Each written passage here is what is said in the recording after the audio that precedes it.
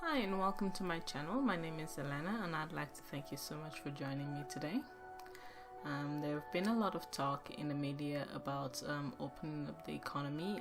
This seems to be the recurring theme in every country, and it's gotten me to do a lot of thinking. In a healthy economy, every dollar has more value than its face value.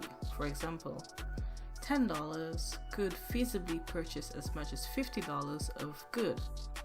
Of course, you couldn't go to your local grocery store and attempt $50 worth of food and hand them a $10 bill. They would show you the door and teach you how to use it for sure. But you could use that $10 bill at, say, a local vendor. That vendor could then use the $10 bill at his local bakery. The baker could use the bill at the butcher. The butcher could pay the local teen to mow his lawn.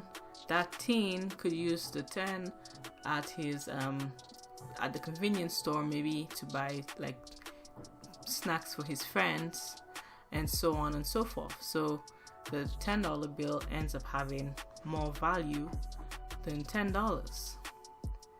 Even money getting traded and invested on the stock market stimulates the economy because it's basically the same thing happening, just faster and in larger quantities. So then what happens when money isn't spent, when it's kept in bank accounts? And I'm not talking like your savings accounts or your emergency funds or your nest eggs. That's eventually going to get used at some point. There's no doubt about that. I mean, you're not putting it there just to like keep it there. We're eventually going to use up that money at some point. I'm talking about huge stockpiles of money in the millions and billions. Let's look at the same example as above. You have the same $10 bill, but instead of buying at the local markets and businesses, this time you go to a box store instead, like let's say an Amazon or Walmart. That's it. There's no more moving money.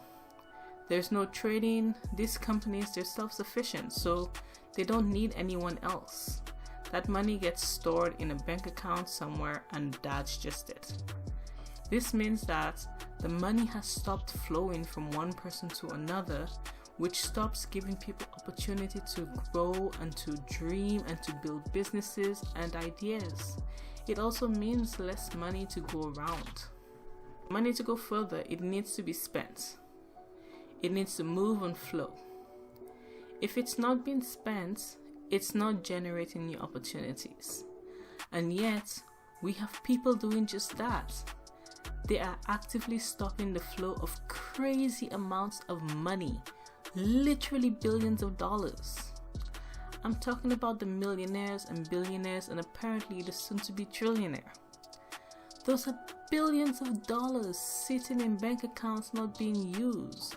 Those dollars have billions of real-world value, but they have trillions of potential value. Remember, every dollar can have more than $1 worth of value. These are smart men and women. They have to know that the money that they're saving can have more potential, and yet they're choosing to hoard such wealth. I have tried to understand what could make a person want to amass all that money. After all, when you have all that money, there must be some reason. Things like, what could make you want to keep it? When you have this much money, things they lose value, right? Like, let's say you have all this money. What could you do with it? Buy clothing? You could only buy so much clothing. I mean, clothing only goes for so much. $50,000 shirts? Even then, you have $1 billion. How many $50,000 shirts can you buy? An island? Islands only go for so much. You still have billions of dollars. How many islands can you buy? Jets? Planes? Cars? Houses? how many can you buy? You have all the money. It's after a while, it stops having value. What does it matter if you could buy all these things if they don't put a dent in your finances?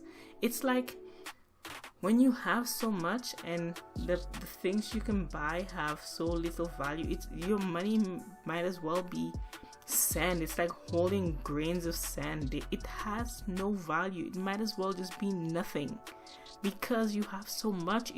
The things you have to like start making up things, like make up things to give them value so you could feel something to be able to spend the money.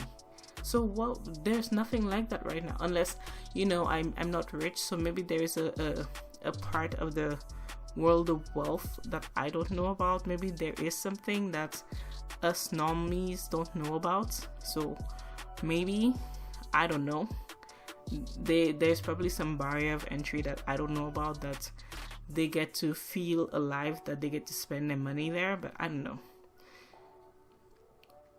Maybe it's a status thing then, assuming that even if there is some kind of thing that they could spend the money on that gets them to feel alive, they're still billionaires. So I'm still assuming that even with that, they can't spend all the money. So it could be a status thing, but unless you're number one, every other number, because that's how status works, unless you're number one, every other number means nothing. You're just another one unless you're number one. That's how it works, right? Unless you're number one, you're just another one. Could it be a greed thing then? Because maybe when you get a taste of it, then you just want more. So it's seductive. You want more and you want more and you want more. Maybe that's how it works. Maybe they think they can take it when they die. Or maybe they think they can't die, so they'll live forever. Or it could be maybe they're planning to use it later. But again, we go back to the first point. You can't spend it all, so what's the point of waiting till later? So I can't come up with answers. The only thing I can think of is selfishness and greed. That's the only, it doesn't make sense, because these are very smart people. So they know that when you keep money, it doesn't stimulate the economy. I get it. And I'm not saying spend all your money. Obviously, you worked hard for it, and there's some kind of satisfaction in being able to amass some of it. But spend some. You're not blind to the fact that the world is struggling. There's what do you call it? The word, I've lost the word. Recession. There's recession going on. We have destabilizing markets. It's because there's no money. It's because you guys are holding all the money. There's reaction. Actions have reactions. Everything is connected. Because we're supposed to have this money, but the money is not there, so everyone is struggling, and so it affects everything. So the prices rise because that money is supposed to be there, but it's not accessible. So instead of, okay, you don't want to give the money away, which I get it. Again, you worked for it. Find ways to spend it. Find ways to create new business ventures that get the money out into the world. I mean, use it. Create opportunities. You have literally, this is our world. Create a legacy you're not gonna live forever. Our time on earth is so short. It's so, yes, okay, let's say you live to 100. 100 years in human life for the human experience is not short. So when I say life is short, I don't mean human life is short, but I mean in comparison to world experience, human experience, existence of humanity, existence of the planet, our life is short. Be somebody who will be remembered. Don't have a short existence, most of us, we will only be remembered for 1 or 2 generations. I don't even know who my great-grandmother is. You have an opportunity to be remembered for generations to come. Build that legacy. You have that ability. Instead, Okay, so maybe you will still be remembered, but have yourself be remembered for greater things. Use that money that you can't take with you when you die anyway. Build, I don't know, do you like space? Build a space program. You like water? Develop, I don't know, just things that interest you. Use that money, because what's the point of keeping it in a bank account? It's not gonna do anything. Use it somehow.